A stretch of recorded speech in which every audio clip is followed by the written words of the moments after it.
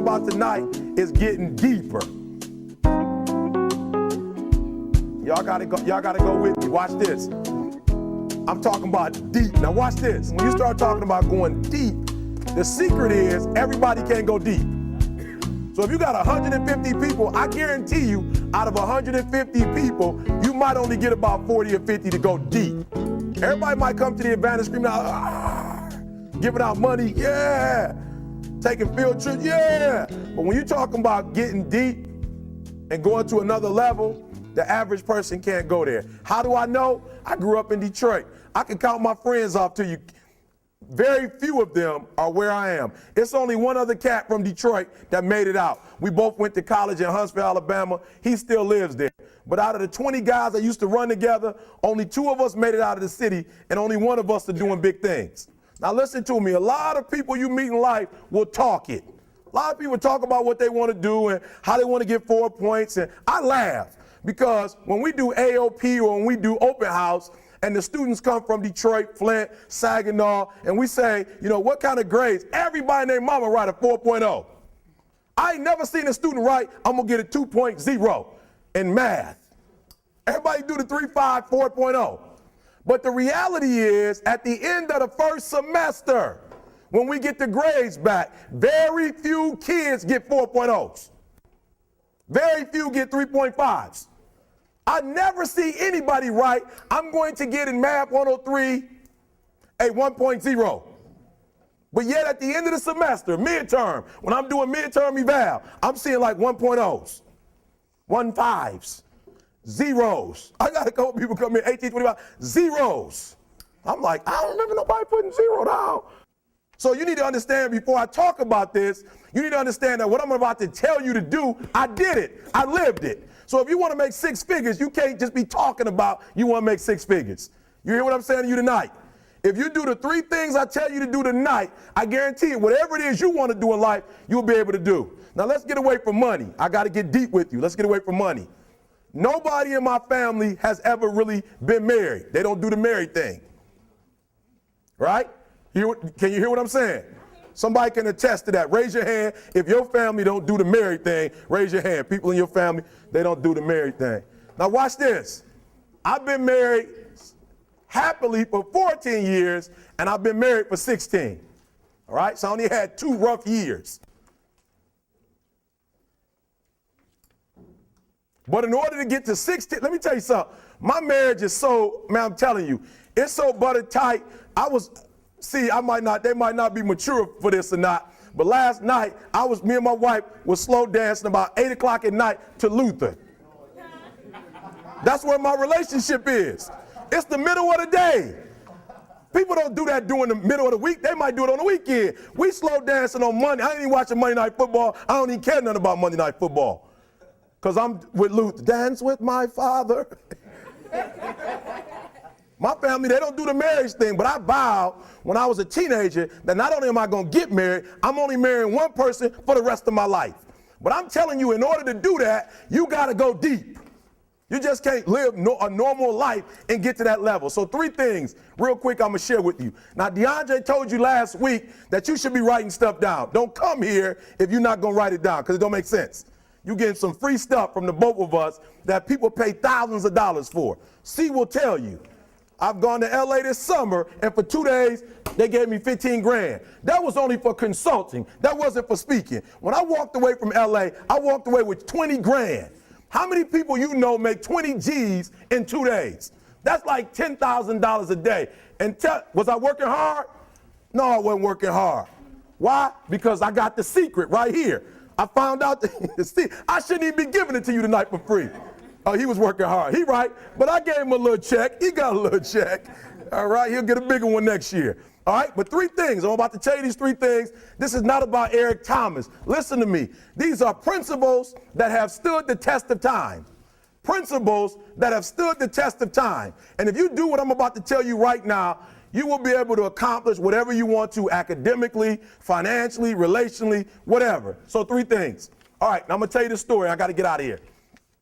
The first one is, when I first said I wanted to make 6 figures, my boy Marcus Flowers, who's probably making 7 figures right now, he came to LA too. He was with us in LA. You see all the videos with all the stars, those are his cars they're driving around in. You see the houses that the rappers, those are his houses in Atlanta that he owns, and they come in and play on. So he's making 7. He taught me how to make money. This is the first thing he came. He told me a story. And the story is about, you guys have probably heard about this before. It was a young man who, he wanted to make a lot of money, and so he went to this guru, right? And he told the guru, I want to be on the same level you're on. And so the guru said, if you want to be on the same level I'm on, I'll meet you tomorrow at the beach at 4 a.m. He like, the beach? I said, I want to make money. I don't want to swim. Guru said, if you want to make money, I'll meet you tomorrow, 4 a.m. So the young man got there at 4 a.m. He all ready to rock and roll, got on the suit. He should have wore shorts. The old man grabs his hand and said, how bad do you want to be successful? He said, real bad. He said, walk on out in the water. So he walks out into the water. Watch this. When he walks out into the water, it goes waist deep. So he like, this guy crazy. Adrian, he like, I want to make money. He got me out here swimming. I didn't ask to be a lifeguard. I want to make money. He got me in. So he said, come out a little further. Walked out a little further. Then he had it right around this area, the shoulder area. So this old man crazy. He making money, but he crazy. He said, come on out a little further. Came out a little further. It was right at his mouth. My man like, I'm about to go back in here. This God is mine. So the old man said, I thought you said you wanted to be successful. He said, I do. He said, walk a little further. He came, dropped his head in, held him down, hold him down. My man getting scratching, holding him down. I got you. I know you brushed it out, but I got you. He had him held down. I need you for an illustration. He had him held down. Just before my man was about to pass out, he raised him up. He said, I got a question for you. Somebody answer the question for me. He said, when you were underwater, what did you want to do? Live. I'm looking for a different word, though, than live. What's that word? He said, I wanted to breathe. He told the guy, he said, when you want to succeed as bad as you want to breathe, then you'll be successful. I don't know how many of y'all got asthma in here today, but if you ever had an asthma attack before, you short of breath, SOB, shortness of breath, you wheezing. The only thing you trying to do is get some air. You don't care about no basketball game. You don't care what's on TV. You don't care about nobody calling you. You don't care about a party. The only thing you care about when you're trying to breathe is to get some fresh air. That's it. And when you get to the point where all you want to do is be successful as bad as you want to breathe, then you'll be successful. And I'm here to tell you, number one, that most of you say you want to be successful, but you don't want it bad. You just kind of want it. You don't want it badder than you want to party. You don't want it as much as you want to be cool. Most of you don't want success as much as you want to sleep. Some of you love sleep more than you love success. And I'm here to tell you today, if you're going to be successful, you've got to be willing to give up sleep. You got to be willing to work off for 3 hours of sleep, 2 hours. If you really want to be successful, some days you're going to have to stay up 3 days in a row. Because if you go to sleep, you might miss the opportunity to be successful. That's how bad you got to want it. You got to go days without, listen to me, you got to want to be successful so bad that you forget to eat. Beyonce said once she was on the set doing her thing, 3 days had gone by, she forgot she didn't eat because she was engaged. I'll never forget when 50 Cent was doing his movie, I did a little research on 50, and 50 said that when he wasn't doing the movie, he was doing the soundtrack. And they said, when do you sleep, 50? Sleep. He said, sleep. Sleep is for those people who are broke. I don't sleep. He said, I got an opportunity to make a dream become a reality. Football players, how many football players? I got anybody like football in here? Raise your hand. Anybody like football? Emmitt Smith. I used to be a Cowboy fan before they did my boy Tom Landry wrong. I used to be a Cowboy fan. And watch this, there was a commercial. Emmitt Smith had won his first Super Bowl, and he had this commercial when he was lifting weights. I don't know if you saw the commercial when he was lifting, and Emmitt said, you know what? I won the Super Bowl, so I can rest now. He was doing his bench press. So he said, I won the Super Bowl, so I can rest now. So he throws up about 325, boom, and he rests for about 2 seconds. Then he, boom, boom, boom. Did you see that? He'd already won a Super Bowl. He said, I think I'm going to take a rest. And he rests for how long? 1 second. Most of you won't be successful because when you're studying and you get tired, you quit. And I'm here to tell you today, if you got somebody came in my office the other day crying.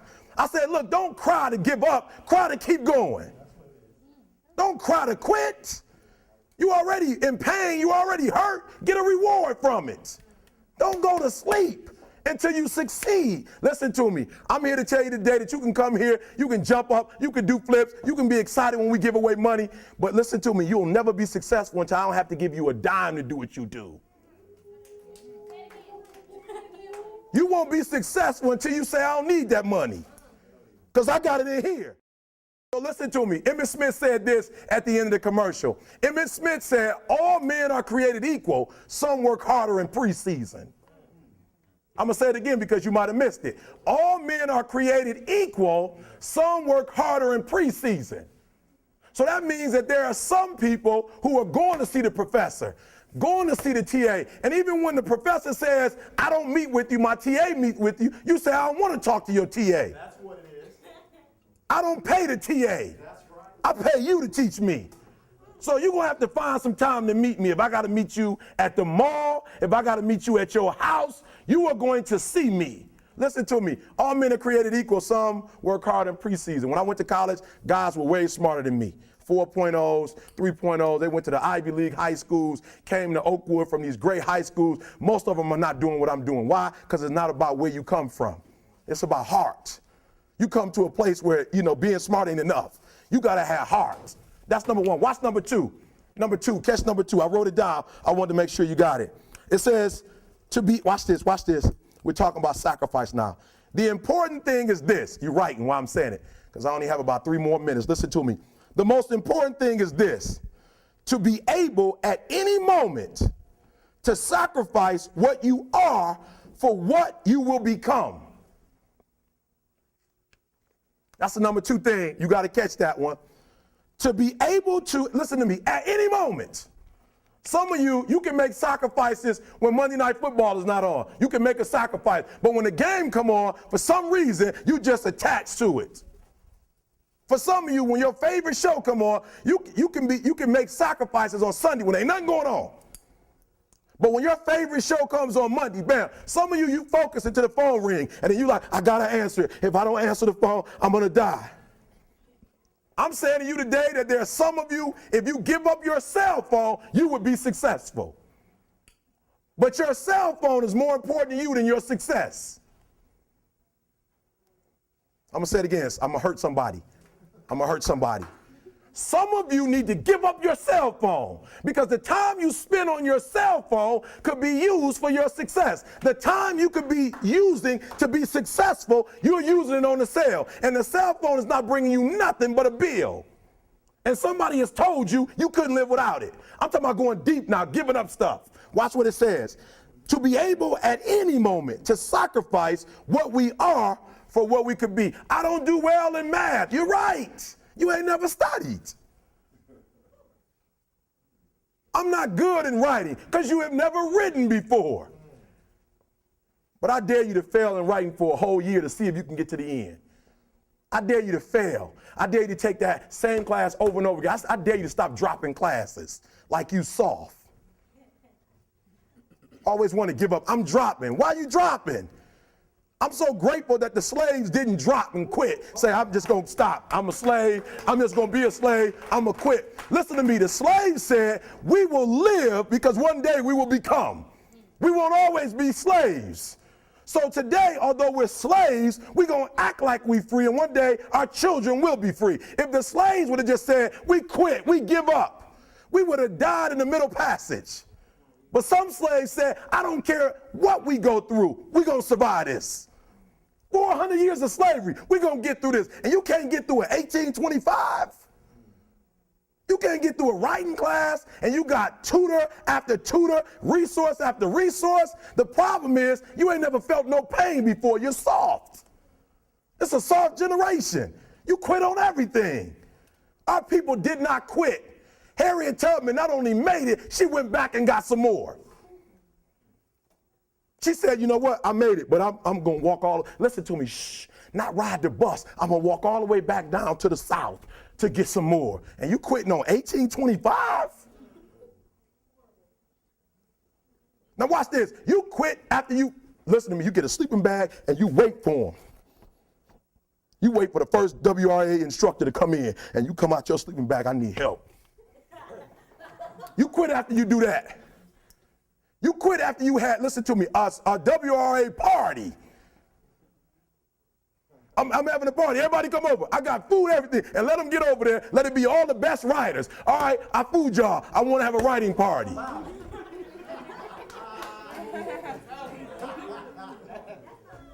I'm serious. You quitting and you ain't even tried yet. Last one. I'm sorry. Last one. Listen to me. Pain is temporary. It may last for a minute or an hour or a day or even a year.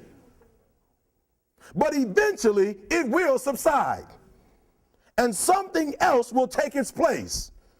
If I quit, however, it will last forever. Listen to me, I'm telling you as I leave.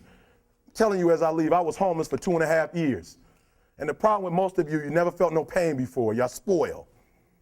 Y'all spoiled. Some of y'all spoiled, just bottom line. Your parents have done everything for you.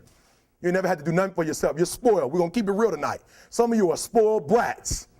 Every time you ever got in trouble, somebody in your house got you out of it. Every time you've done something you're not supposed to do, people say, Eric, your mother's a tyrant. You're right. She kicked me out. You're right. She's mean, but she developed a man because she put me out there and said, you're going to have to grow up. And some of you have never learned to grow up. And so every time something get hard, you quit, you call mama. I dare you to take a little pain. I dare you. I dare you not to go home. Somebody said, I don't go home, I feel bad. Go through it. You ain't gonna die. At the end of pain is success. You're not gonna die because you're feeling a little pain. I'm not eating like I eat at home. That's why you're about to go to the next level, because if you keep eating like you ate at home, you will keep being a boy or a girl. It's time to become man, woman. So don't worry about a little pain. My greatest asset is I was homeless. So I can't feel a whole lot of pain. I've already been alone. It's not a whole lot of hurt I can feel on a little paper, on a little test. So I leave you, listen to me. We have gotten to a point where it's midterms and we're moving forward. The days of you getting money, I'm not saying we quitting, but I'm saying the day has got to go from external to internal. You have to give it everything you got. No more TV, no more parties, no more playing. If you don't have a 4.0, what you need to be doing is studying. Get off the phone. I'm sorry, I'm not available until the end of this year. No, I'm for real. You reached the right number, but you called me at the wrong time. Call me back January 1st. I'm about to get busy now. Huh? I want you to have a countdown of your own and say when the countdown is over, we're the real, watch me, because when I was homeless, I knew something was wrong. I knew that wasn't the best of me. And one day I said, will the real Eric Thomas please stand up?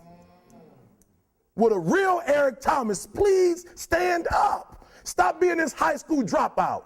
Stop giving up. Stop sleeping on the street. Stop walking up and down Finkel Avenue like you ain't got nothing and get your GED. Stop being afraid to take a test.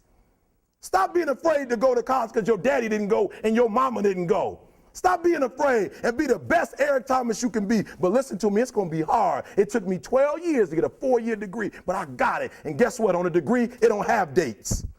So if it took you 4 and it took me 12, it don't show up nowhere. But I'm exactly where I wanted to be because I realized I got to commit my very being to this thing. I got to breathe it. I got to eat it. I got to sleep it. And until you get there, you'll never be successful in life.